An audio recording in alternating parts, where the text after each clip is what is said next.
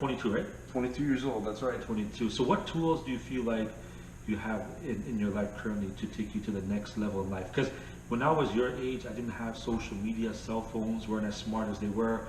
What tools and resources do you feel you are utilizing now at this age? Well, definitely, I'd say some social media outlets, for instance, Instagram is a great way to, show what you're doing, whether it be my music, whether it be my model dioramas, my architectural models, stuff like that. It's a great way to reach the audience and, for people to see what you're doing, ask questions about it, inquire, and then you even you build a little following off that, right? Which is really great. Yep.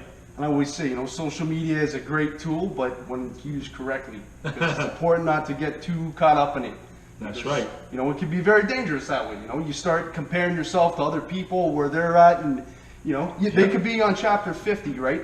And then you're only on chapter 2 of your life, and that's not a good thing to do, right? Because now all of a sudden you feel like giving up. Yeah.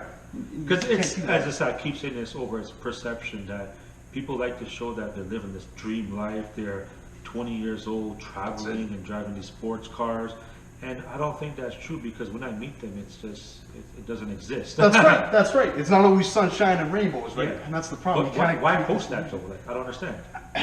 What's that going to do for you? Because I'll tell you something, Shaun. Nowadays we're living in an era of instant gratification.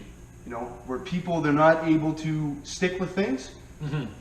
Stick with things, see it through. All they want is the quick like, right? Yeah, post this and I get my 300 likes or whatever, and then on to the next thing, right? But they want a picture like this, right? You got your journey, right? Yeah. You got your start and you got your finish, right? Now, along the way, it's not a straight trajectory. It's going to be ups and downs all over the place, right? Before you get to that point. I feel like a lot of people are not willing to go through the ups and downs. They just want, I sign up and then straight through. It doesn't work like that, right? You know yourself. You're an entrepreneur, right? I always see your posts. You're always grinding away, man, and it's admirable. No, thank you. It's good to see that. And I'm trying to do different things. I'm trying to bring people together. I'm trying to bring great minds together like yourself to be on this podcast. And as I said, everyone has a different thought process, and I feel like if we don't talk about it, if we don't document it, now we have this platform of podcast that you can get started for $100 or $0. Your phone has a microphone. Yeah, your phone's got a microphone, everything. It's perfect. It's perfect. You said so yourself, We got the world by our fingertips, literally. Yeah. You can do whatever you want. That's all you need to get ahead of life. So what's your plans for 2020? 2020, well, back to school, right? Keep grinding away at that, keep furthering my music, all my other architectural models and stuff. I like to take them into actual competitions, right? Yeah. Not only architectural models, but more of like World War II scenes, right? I take photographs. Call of Duty style? Yeah, like the original Call of Duty, right? All the Second World War ones, right? Yeah. So what are you most proud about of your life right now? Most proud? Yeah, like the proudest moment, or just what you feel good about. If, like, knock on wood, that the world doesn't end, but if the world was to end today, what would people know you for? Oh man, maybe the music or my personal skills, I guess. Because I usually get on with a lot of people, right? Yeah. You just gotta have the mentality. You're not better than anybody else, and nobody's better than you. You treat everybody as an equal the way you talk to them, right? You don't try to come in and put people down and put yourself up on this level. And I'll tell you something too. That's such an important skill to have, especially in construction management, the industry. Because you got people working for you. So you can't come on the site and start, bossing people around and You're gonna think, who the hell are you, right? Who the hell are you to say that? They're not going to want to work with you. Exactly, right? You end up ostracizing yourself from everybody. That's not the way to be, right? There's a certain way of going about it. So when you summarize it, give me one word that people will remember you for. I want to say driven. Driven. That's a great thing. I bring that up not to, scare you or myself.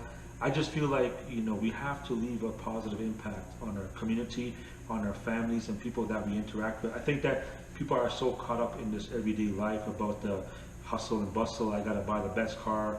I gotta dress, in the best suit or buy the best shoes. And I feel like they forget the fact of, what life is really about, because life can be short, life can be long. My neighbors, the husband and wife, are still around. They're 94 each. 94 years old. He's out more than me. Oh boy. In the winter, he's cleaning his car. That's what you call living life to the fullest. That's crazy. And what he told me, his name is Bill, and he says, if I was in a retirement home by like 50 or 60 years old, he said, I probably wouldn't have been around in that age. So picture yourself being 90 and what would you be doing? It's still going. Right? Yeah. Still going with things, you know. And once you retire, because yeah, that's what I want to get into, long-term construction management, right? So once I retire, start doing talks about it, start, you know, showing the new guys, the new people coming in. Yeah. Right. Try to show them the ropes, give them advice, try to set them up on the, you know, path to success, you know. That's a big thing. Parts So of wisdom on them. tell the audience something they don't know about you. It could be your family tuning in, your friends. What don't they know about Matthew? We see you're dressed well, you speak well, and great smile. Something they don't know about me, man. Yeah. That's Yeah, something that, you know, you'll tell the audience that, like, wow, I didn't know that. Yeah. Go Wow. ahead. Okay. Let's go. I just started learning guitar a bit. Should No, have done no, more. that's related to your music. Something Oh, else. okay, something else. Something else. Oh man. You play the trumpet. Man. Yeah, I sing in the shower. I don't know. Yeah. I mean, like, there's always something about you that, you know, we don't really tell the public. Not in a negative way, but something that's interesting. I have a few things that I could share and personal and not, you know, so. Yeah, maybe. Okay, I talk to myself a lot, or maybe Yeah. not talk to myself, but think things through a lot. And let me give you an example. Yeah. So, since I go to Waterloo, I reside here in Brampton, but what I do is I don't live out there during school. I'd like to commute every day, Yeah. right? And most of the time, I always get the reaction, "You drive every day? What are you talking about? That's crazy. That's so far away, right?"